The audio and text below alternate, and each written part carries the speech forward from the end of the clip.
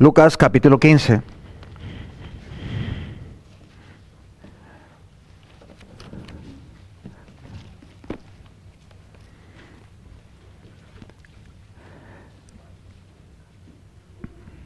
Versículo 11.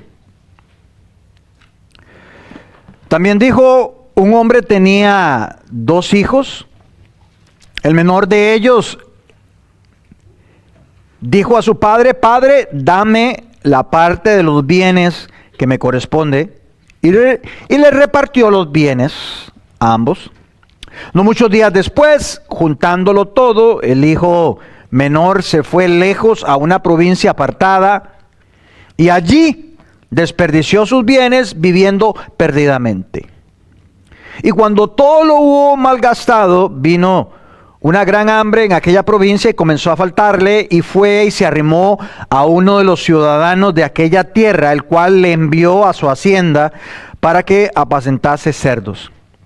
Y deseaba llenar su vientre de las algarrobas que comían los cerdos, pero él deseaba, no las consumió y nadie le daba.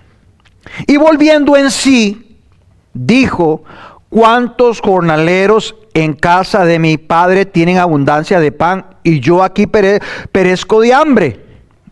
La parte que nos corresponde el día de hoy. Me levantaré e iré a mi padre y le diré, Padre, he pecado contra el cielo y contra ti. Ya no soy digno de ser llamado tu hijo, hazme como a uno de tus jornaleros. Y levantándose vino a su padre, y cuando aún estaba lejos, lo vio su padre y fue movido a misericordia y corrió y se echó sobre el cuello y le besó.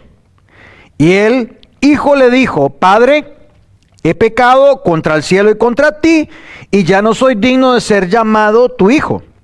Pero el padre dijo a sus siervos, sacad el mejor vestido, vestidle y poner un anillo en su mano y calzado en sus pies. Y trae el becerro gordo y matadlo, y comamos y hagamos fiesta. Porque mi hijo muerto era y ha revivido, se había perdido y es hallado, y comenzaron a regocijarse. Hoy continuamos con las 5 declaraciones de Jesús observadas en este texto, y cada una de ellas es un espejo delante de su propio corazón. Le advierto de una vez, no a todos les va a gustar lo que vean reflejado, porque hoy no hablaremos solamente de un hijo perdido en un país lejano, sino de un corazón que tal vez está sentado en una de esas sillas. Oramos. Padre, te damos gracias esta mañana por haber tenido una escuela dominical hermosa y por traer a tu pueblo para aprender correctamente esta parábola, por ayudarnos a entender el significado del autor, que eres tú, de lo que quieres que aprendamos y podamos también enseñarle a otros tus verdades. Creo en ti, Espíritu Santo, lléname de ti, exalta a Jesucristo esta mañana. En el nombre de Cristo Jesús, amén. Les recuerdo, la interpretación expositiva correcta de esta parábola. Esta parábola no trata de un hijo de Dios que se descarrió por un tiempo. No. Trata de un inconverso, de un impío que jamás conoció al Padre hasta que la gracia lo alcanzó. Dice el texto que está muerto, que lo ha revivido. Eso, nosotros, Dios nunca nos dice eso cuando somos salvos. Es un inconverso. Y eso, óigalo bien, queda establecido desde el mismo versículo 11, que no se deja engañar por lo que la mayoría interpretan alegóricamente con sus ideas, y suena muy fantasioso, o poder justificar a algunos hijos o amigos que recibieron a Cristo, después se fueron al mundo. No, pero ellos son hijos pródigos. Eso no es bíblico, ni siquiera el título es bíblico. Dios nunca, el texto dice hijo pródigo. Ni siquiera aparece, es hijo menor, hijo mayor. Nunca lo utilizan muchos pastores para justificar por qué sus hijos o algún familiar o cónyuge se fue al mundo y después va a regresar. Eso no existe. Las tres parábolas hablan de un inconverso. Eso es mentira, es una mala interpretación.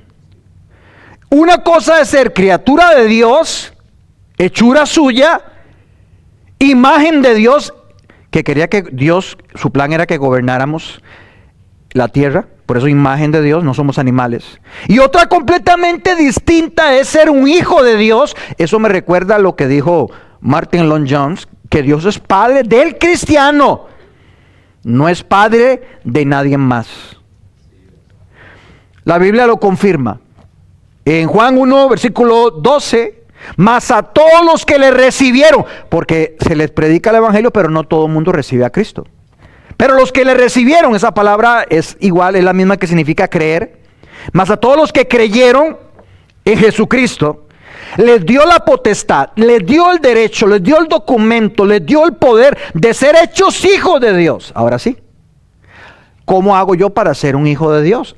Juan lo contesta ahí mismo, los cuales, de una vez nos ubica, no nacen de la voluntad de la carne, es decir, porque tú seas judío o tus papás son cristianos, tú te vas a hacer cristiano, hijo de Dios. No, no es por voluntad de la carne.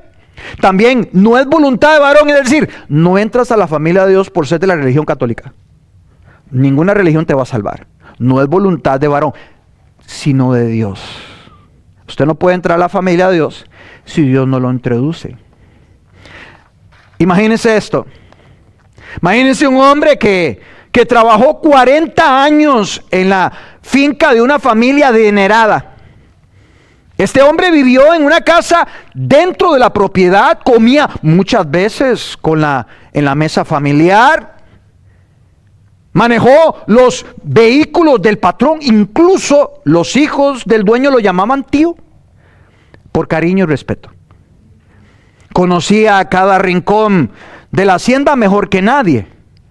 Pero aquel día, el día que murió el patrón y se leyó el testamento, su nombre no apareció en ningún lado.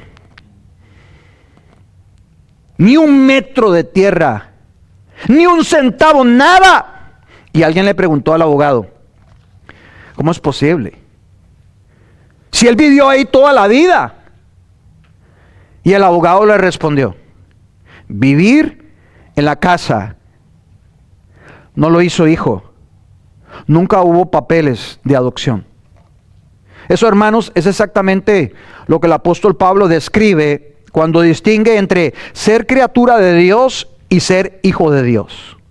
Usted puede vivir bajo el mismo techo del cielo, el mismo libros del dueño de la finca, respirar el mismo aire que Dios sostiene, disfrutar el mismo sol y la lluvia como gracia común y morir sin un solo derecho del heredero, porque jamás hubo adopción, nunca.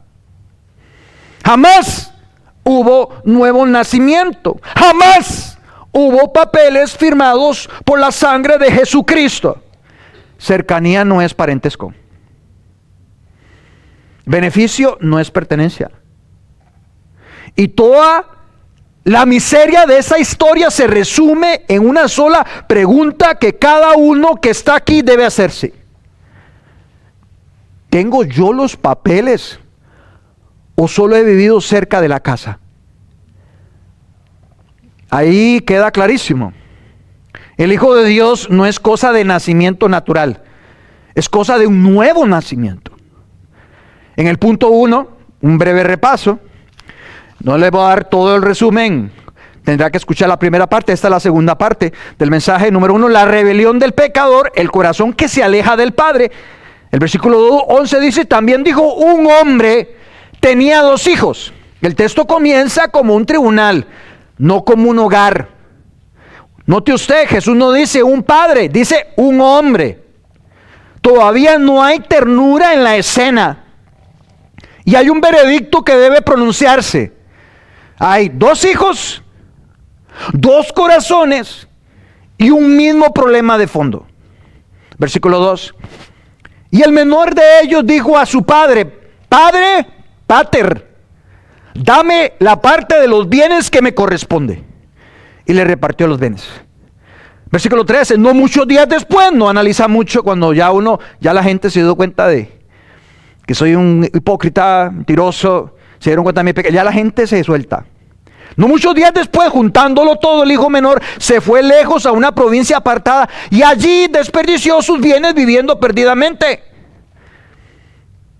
Te he visto ahí en Miami, hay una semana al año donde todos los estudiantes, muchos de las universidades, van a Daytona a hacer fiestas.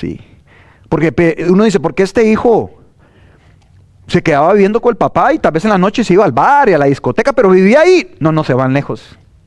Creen que porque estar lejos como en Daytona, los jóvenes están ahí en fornicación, borrachera, drogas, porque van a un lugar donde nadie los vea, porque ese es el impío busca tinieblas, donde nadie te ve, el teléfono, ahí es las tinieblas, buscan lugares oscuros, pero ahí donde Dios ve, aunque te puedas esconder, aunque no haya ningún familiar, ni nadie de tu barrio, en tu país. Aquí puedes hacer, gente ha hecho cosas increíbles que en su país no lo harían, porque piensan que nadie los está viendo. Se fue lejos a una provincia apartada, allí desperdició sus bienes viviendo perdidamente, como el hermano de York dice, con mujeres, adulterio y otras cosas. Esta, óigalo bien, es la marca inconfundible del impío. El impío es una persona que yo nací impío. Impío significa que yo soy una criatura de Dios, hasta que un día yo me rindo a Él, creo en Jesucristo y nazco de nuevo, y el Padre me da en adopción, no bajo tus reglas, bajo las reglas de Él. El problema es más profundo. La marca del impío es inconfundible, porque esta persona, como vimos en la parábola de la oveja, la moneda perdida y el hijo perdido, es lo mismo. Es una respuesta, versículo 1, es una respuesta a los escribas y fariseos que ¿por qué comes con pecadores? Es que a ellos los que vengo yo a buscar. Esa es la respuesta. El impío solo quiere las bendiciones del Padre, por eso empieza esta historia con un hombre. Y después dice un padre, ¿por qué? Porque esa es la naturaleza de todos los impíos. Los impíos quieren las bendiciones del Padre, quieren que le arregle todos los problemas, quieren todo. Pero jamás quieren someterse al señorío de Cristo. Ese es un impío. Quiere vivir bajo sus propias reglas. Creen que la Biblia es como ir a Ibachi al buffet, que usted puede comer lo que quiera o no quiera, le pone salsa picante o no. Usted no puede ir al reino de Dios así. Es todo o nada. Es todo o nada. El problema es más profundo. No quiere que nadie, ni siquiera Dios, le diga qué hacer. Ese es un inconverso. Ese es un inconverso. Y a esa persona no le molesta los regalos de Dios, por supuesto. Al contrario, los quiere todos. Lo que no quiere es a Dios como su jefe. Quiere el regalo, pero no al que lo da. Quiere la mano que le ayuda, pero no quiere al que tiene que obedecer. Si tú estás aquí y tú vives tu propia vida, le das a Dios las obras del tiempo. Vives sirviéndote. ¿Cuál diferencia hay entre ti y un impío? Por lo menos el impío lo anda guindando aquí toda la semana. Aquí viene lo más importante. Alguien que dice, soy cristiano, pero vive haciendo lo que él quiere, sin dejar que Jesús mande en su vida, es exactamente igual a alguien que nunca ha creído en Dios. Los dos van al mismo camino, a la condenación. Los dos quieren lo mismo, ser libres para hacer su propia voluntad. Y los dos predican con su vida el mismo sermón todos los días, aunque no lo digan en voz alta. Jesús no es el Señor, yo soy el Señor de mi propia vida. Eso lo predican todos los días, ¿cierto? Nadie es verdaderamente libre O somos esclavos de Dios o somos esclavos del diablo, pero nadie es libre. Todos somos esclavos. La única pregunta es, ¿de quién? ¿De quién? Punto número 2. La ruina del pecador. La miseria inevitable del corazón rebelde. Escuché muy bien, vamos a partir muy bien este texto. Usted tiene un honor, un privilegio de poder recibir comida bien cocida, partida, que es difícil de encontrar. Lucas versículo 14, y cuando todo lo hubo malgastado, vino soberanía de Dios. Una gran hambre. Dios va a esperar en qué momento lo quiebra. Suéltelo, suelte sus deditos, suelte eso, si no le va a quebrar los deditos, si usted le pertenece. Vino una gran hambre en aquella provincia y comenzó a faltarle en el momento exacto. Versículo 15, y fue y se rentó, se arrimó a uno de los ciudadanos gentiles de aquella tierra, el cual le envió a su hacienda para que apacentase cerdos. Versículo 16, y deseaba llenar su vientre de las algarrobas. Él deseaba, pero nadie le daba. No todo pecador, hay algo importante ahí. No todo pecador toca fondo y se despierta. Algunos se quedan dormidos entre los cerdos hasta la tumba. Pero por pura misericordia de Dios, abrió los ojos. Dice el versículo 17, volviendo en sí. Volviendo en sí, no todo mundo vuelve en sí. Como quien despierta de un desmayo, de una anestesia. ¿Qué pasó acá? Estoy arruinando mi familia, se está hundiendo mi matrimonio, mis hijos se están perdiendo, mi vida no tiene propósito. Ya despierta de esa anestesia. ¿Qué pasó acá? Mientras el pecador vive en su pecado, no piensa con claridad, está dormido, está engañado. La mayoría de personas va a ir al infierno, Dios lo dijo. Y no están preocupados. Están dormidos, están anestesiados. Pero cuando yo digo que este hombre, que no todo el mundo vuelve en sí, este hombre vuelve en sí, todavía no hay arrepentimiento completo. Solo es el primer destello de lucidez. Y hoy vamos a detenernos con calma y con cuidado a esta tercera declaración y vamos a caminar verso por verso, desde el verso 18 hasta el 24, y te prometo que cuando lleguemos al Padre, corriendo por el camino, usted no volverá a leer esta parábola de la misma manera. Punto 3. La gracia del Padre, la salvación que corre hacia el arrepentido. Versículo 18. El arrepentimiento, vea cómo se ve. Obsérvelo. No son emociones. No son lágrimas en un canto emocional. Me levantaré, iré a mi Padre. El verbo anistemi, levantarse, viene seguido del futuro iré. Aquí marca una transición del sometimiento, de la emoción a la determinación. No simplemente pasar al frente y hacer un lago de lágrimas aquí. El versículo 17 describe el despertar que, volviendo en sí a la conciencia.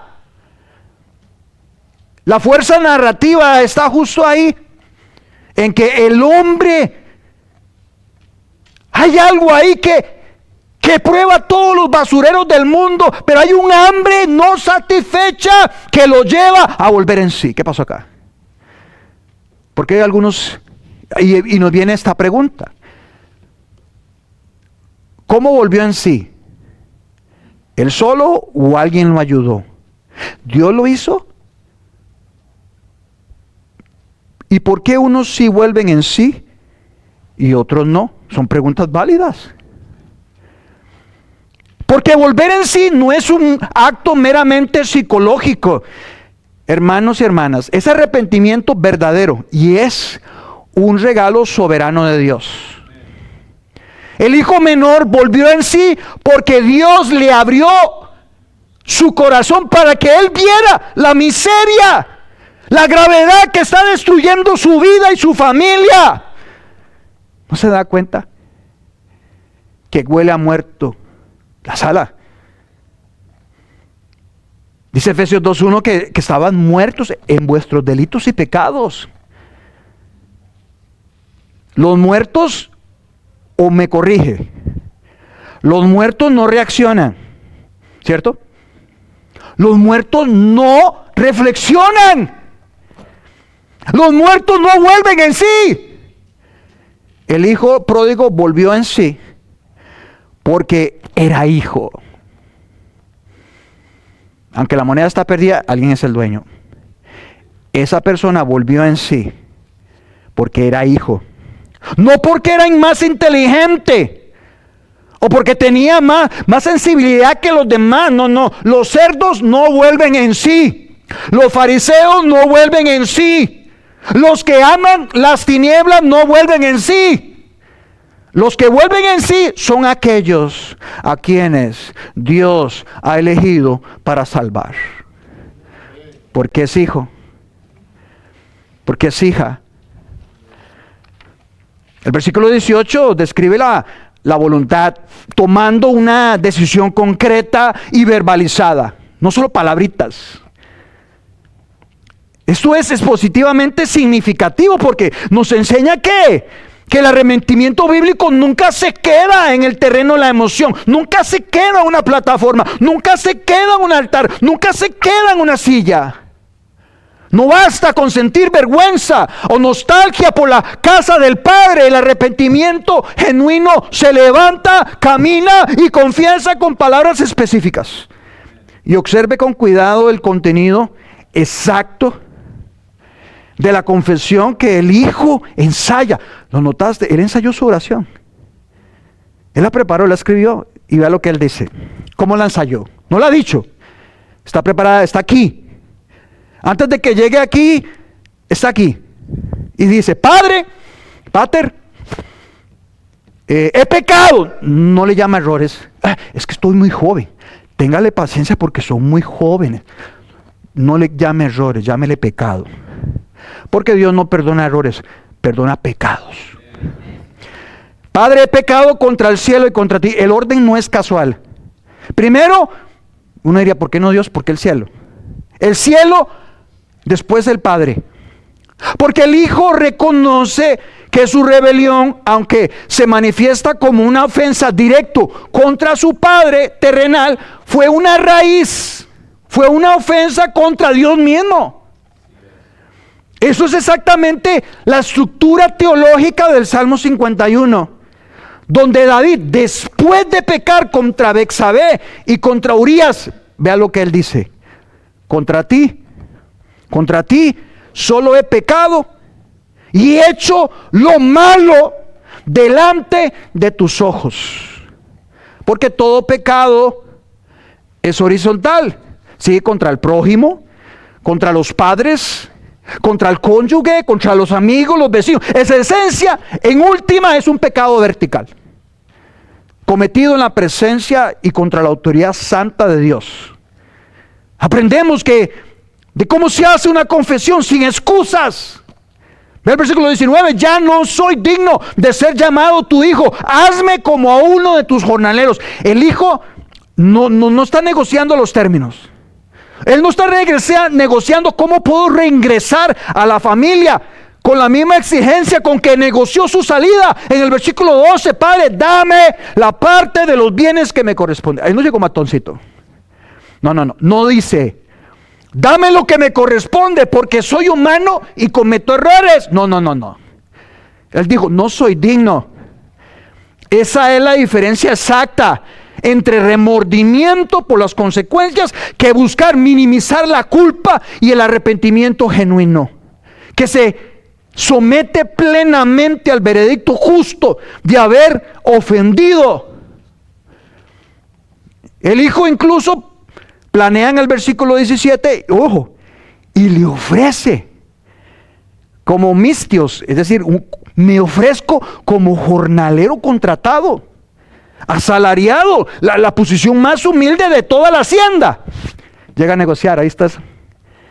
Hay gente que dice, yo quiero a Jesús como Salvador. Ya en unos años que sea mi Señor. Empiezan a negociar. No. Este hombre dice lo mismo. Llegamos ahora al versículo que es, sin exagerar, el corazón de toda la parábola. Es el que sigue. Porque va a utilizar 5 verbos, uno tras otro, que describen la reacción primero del padre, no el muchacho. Y cada uno merece su propio análisis. Ve al versículo 20. Y levantándose vino a su padre, y cuando aún estaba lejos, ahí viene el primer verbo, lo vio su padre. 2, fue movido a misericordia. Tercera acción, corrió. 4, se echó sobre su cuello. Y 5, le besó. Esas son las 5 acciones que hace el padre. Cada una es muy importante. La primera, eiden, lo vio. Es un verbo en auristo. No estamos en clases de español. Pero miren el texto con cuidado, y aquí la gramática no es un detalle técnico, es teología pura. Porque imagínense un padre en la ventana, días tras día mirando el camino, y de repente, un clic, como una foto en un instante preciso. Cuando el hijo aún estaba lejos, eso es el verbo auristo, es no mirar prolongado, sino un segundo exacto. ¿Por qué importa? Porque para reconocer tan lejos, ese padre llevaba tiempo escudriñando el horizonte y él podía saber si algo no calzaba en una imagen. Así es Dios. Él nunca deja de mirar. Y al instante que usted vuelve, Él ya lo está viendo. Porque la salvación comienza con Él. Dice el versículo 20, la parte B. Cuando el hijo aún estaba lejos, Él ya estaba ahí viéndolo. Porque es hijo. Eso no es casualidad literaria. Es el corazón del evangelio de la gracia. El padre no espera pacíficamente ni pasivamente a que el hijo llegue arrastrándose hasta la puerta a rendir cuentas. El padre está buscando la oportunidad antes de que el hijo termine su discurso de arrepentimiento. Porque alguien hizo que volviera en sí. Por eso corre. Él, un patriarca de edad y dignidad, corriendo, algo culturalmente indigno en el cercano Oriente Antiguo, porque la gracia de Dios siempre se adelanta a nuestro arrepentimiento. Y Dios no espera que terminemos de merecerlo. Nos ve de lejos, porque nunca dejó de mirar. Él nunca ha perdido a uno de los suyos. 2, vea la segunda acción del Padre, fue movido a misericordia. La raíz de esas palabras se refiere literalmente a las entrañas, a los órganos internos. Es el asiento físico de la compasión. Conozca a su Padre. Más profunda en el pensamiento hebreo, grecorromano. No es una emoción superficial, ni una cortesía social. Es una compasión visceral incontrolable que estremece el cuerpo entero del Padre al ver a su Hijo. Todavía a la distancia, todo cubierto probablemente de hedor de porqueriza. Y dice que él sale corriendo en la tercera, Ramón. Aquí el trasfondo cultural resulta indispensable para sentir el sentido del escándalo del texto como lo habría sentido la audiencia original. Porque él es un patriarca de Oriente Medio, un hombre mayor. Él está vestido con túnicas largas. Jamás ha corrido en público. Correr exigía recogerse las túnicas, exponer las piernas. Una indignidad reservada para los niños y siervos. Pero el comentarista Kenneth Bailey, fallecido en el 2016 aquí en Estados Unidos, él documenta que ningún hombre mayor respetable en la cultura mediterránea tradicional corría por la calle bajo ninguna circunstancia. Y sin embargo, este padre corre dispuesto a la humillación pública para llegar a su hijo antes de que el hijo termine de recorrer el camino de la vergüenza a solas. Ahí vengo yo. ¿Y qué hace el padre? 4, se echó sobre su cuello. Y la quinta acción que hace, catapileo, le besa una y otra vez, porque no describe un beso protocolario, de saludo, sino es un beso reiterado, apasionado, del tipo que otros pasajes del Nuevo Testamento acompañan los momentos de mayor emoción. Y para que no piense que estoy exagerando del peso de esa palabra, vea usted mismo el mismo verbo en una escena de máxima emoción del Nuevo Testamento, cuando los pastores están escuchando a su héroe, a su misionero Pablo, y él les dice que esta es la última vez que físicamente nos vamos a ver. Hechos 20:37, y vea lo que hicieron los pastores. Entonces hubo gran llanto de todos con el siervo de Dios, y echándose al cuello de Pablo, le besaban. Ellos habían conocido la libertad del alma cuando él les presentó el evangelio, y oír su salida y nunca más verle les quebrantó. Todo esto ocurre, es crucial notarlo antes de que el Hijo pronuncie una palabra. ¿Viste las acciones del Padre? Y él no ha dicho ninguna palabra. ¿Notaste eso? Ni una palabra de confesión, de su ensayo de confesión ha salido. La gracia no espera el discurso completo del pecador para actuar. Eso ilustra con precisión la doctrina paulina en Romanos 5:8. Mas Dios muestra su amor para con nosotros, en que aun siendo pecadores, Cristo murió por nosotros. El Padre no espera evidencia de arrepentimiento perfeccionado. Corre al primer indicio de retorno. Como decía el predicador inglés Charles Spurgeon, hay más misericordia en Cristo que pecado en nosotros. Es una frase que merece quedar grabada en la memoria de todos los oyentes esta mañana. Porque eso es exactamente lo que el versículo dramatiza. La misericordia del Padre corre más rápido y llega más rápido que la vergüenza del Hijo. Nunca olvides eso. Ahora viene la confesión interrumpida. Versículo 21. Y el Hijo le dijo: Padre, ahora sí, he pecado contra el cielo y contra ti.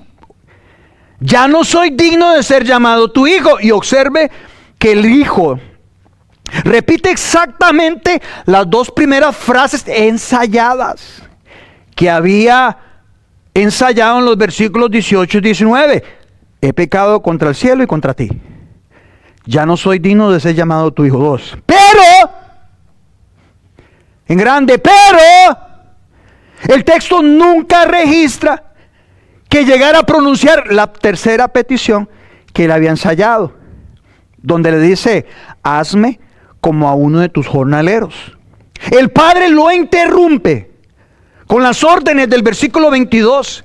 Y antes que el Hijo pueda completar su oferta de obras, de convertirse en empleado, eso no es un descuido narrativo de Lucas, es la ilustración perfecta de que la gracia de nuestro Dios nunca negocia los términos de la restauración a cambio de servicio. El hijo confiesa su indignidad, pero el Padre nunca considera ni siquiera la posibilidad de recibirlo como jornalero. La confesión del pecado es necesaria y es genuina, eso sí. La oferta de ganarse el lugar de la familia es rechazada de plano por la gracia de Dios. Entonces, ¿qué sigue? Sigue la restitución. Una restitución completa. Pregunto si la tienes. Hay 3 artículos y hay 3 significados doctrinales precisos. ¿Lo tienes? Míralo. Versículo 22. Pero el Padre le dijo a sus siervos: sacad, número 1, vea lo que recibe, el mejor vestido, y vestirle, y poned, viene el segundo artículo, un anillo en su mano, y viene el tercer artículo, calzado en sus pies. Son 3 artículos, 3 significados doctrinales precisos. El primero, un vestido, y no cualquier vestido, el mejor vestido, Otra traducción, la primera túnica, la más honorable de la casa, probablemente la que el propio padre reservaba para las ocasiones más solemnes. Esto ilustra la doctrina de la justificación, porque es la cobertura inmediata y completa de la vestidura de honor sobre un cuerpo que aún llevaba el hedor y el polvo de la porqueriza. Y el mismo cuadro de Isaías 61:10 describe que en gran manera me gozaré en Jehová. Mi alma se alegrará en mi Dios, porque me vistió con vestiduras de salvación. Me rodeó de manto de justicia. No me van a decir como la parábola de las bodas. ¿Quién te vistió? ¿Te vestiste con tu traje de obras? ¿De hipocresía? No, tiene que ser la que Dios da. También le da un anillo. En el mundo antiguo funcionaba como un sello de autoridad familiar. El instrumento con el cual se firmaban los documentos, se autorizaban las transacciones en nombre de la casa. Y esto ilustra la doctrina de la adopción. La restitución plena a la autoridad y los privilegios de hijo, no de siervo. Escucha a Pablo en Gálatas 4:4. Pero cuando vino el cumplimiento del tiempo, Dios envió a su hijo nacido de mujer y nacido bajo la ley. ¿Para qué? Dice Pablo. Para que redimiese a los que estaban bajo la ley, a fin de que recibiésemos la adopción de hijos.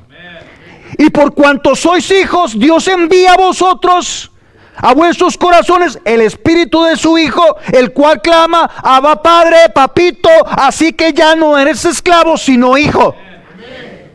Y si hijo, también heredero de Dios por medio de Jesucristo. No ha terminado. Viene el calzado.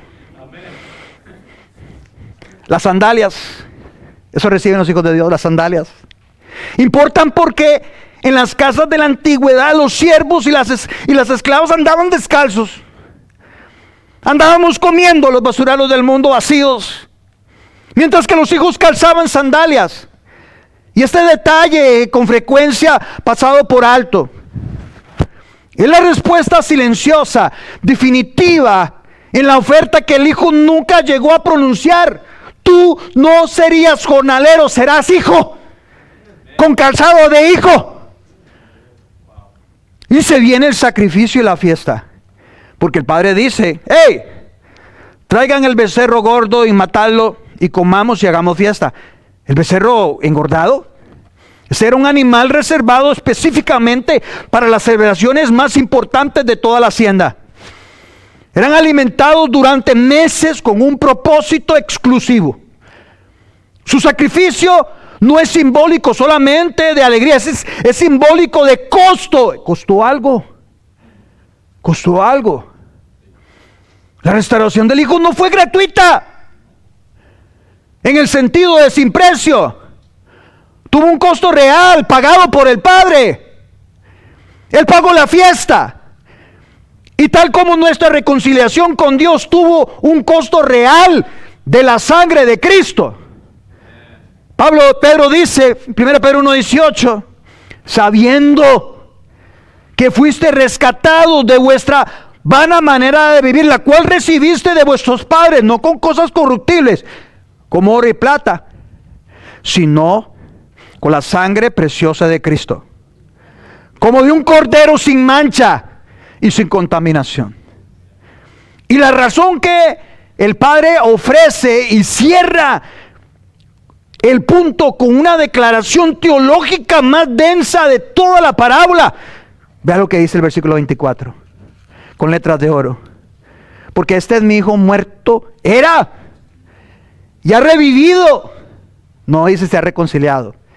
Es un inconverso, alguien que Dios ha salvado.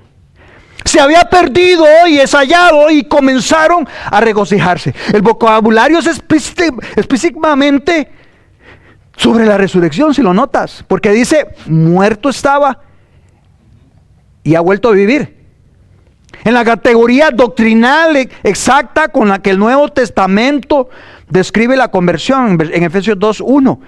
Él os dio vida a vosotros cuando estabais muertos en vuestros delitos y pecados. El arrepentimiento del hijo pródigo no es simplemente la corrección de una mala decisión. Es en la teología de Lucas una resurrección, un renacimiento de la muerte espiritual a la vida. Hermanos, ese es el corazón del Evangelio, dramatizado en una sola escena maravillosa. El hijo confiesa su pecado sin excusas. El pecador que se atreve a levantarse y volver, por más lejos que haya llegado, por más que el hedor de su rebelión todavía se le pega la ropa, encuentra no a un padre que negocia condiciones, ni que exige un periodo de prueba, sino a un padre que corre, que abraza, y antes de escuchar su confesión completa, que viste, que sella con un anillo de hijo, que calza con sandalias de heredero y que celebra con un sacrificio costoso, un becerro engordado. Pero ese becerro, hermanos, no es más que una sombra. No fue un animal engordado. Lo que realmente pagó la deuda de este hijo fue la sangre de Cristo derramado en una cruz. Cada fiesta de restauración en esta tierra es solo un eco de aquel sacrificio verdadero, el único que en realidad puede decir: este es mi hijo muerto y ha revivido. Es lo que el Nuevo Testamento describe que esa es una conversión. Alguien que ha pasado de muerte a vida, que era perdido y hoy es hallado, que antes era un esclavo en pecado, ahora es libre. Todo pagado, no con un becerro, sino con el Cordero de Dios. Pero no puedo cerrar este mensaje sin mencionar al otro hijo, el que nunca empacó una maleta, el que nunca pisó la provincia lejana, el que se quedó obediente, trabajador, correcto en apariencia, y sin embargo jamás entendió el corazón de su padre.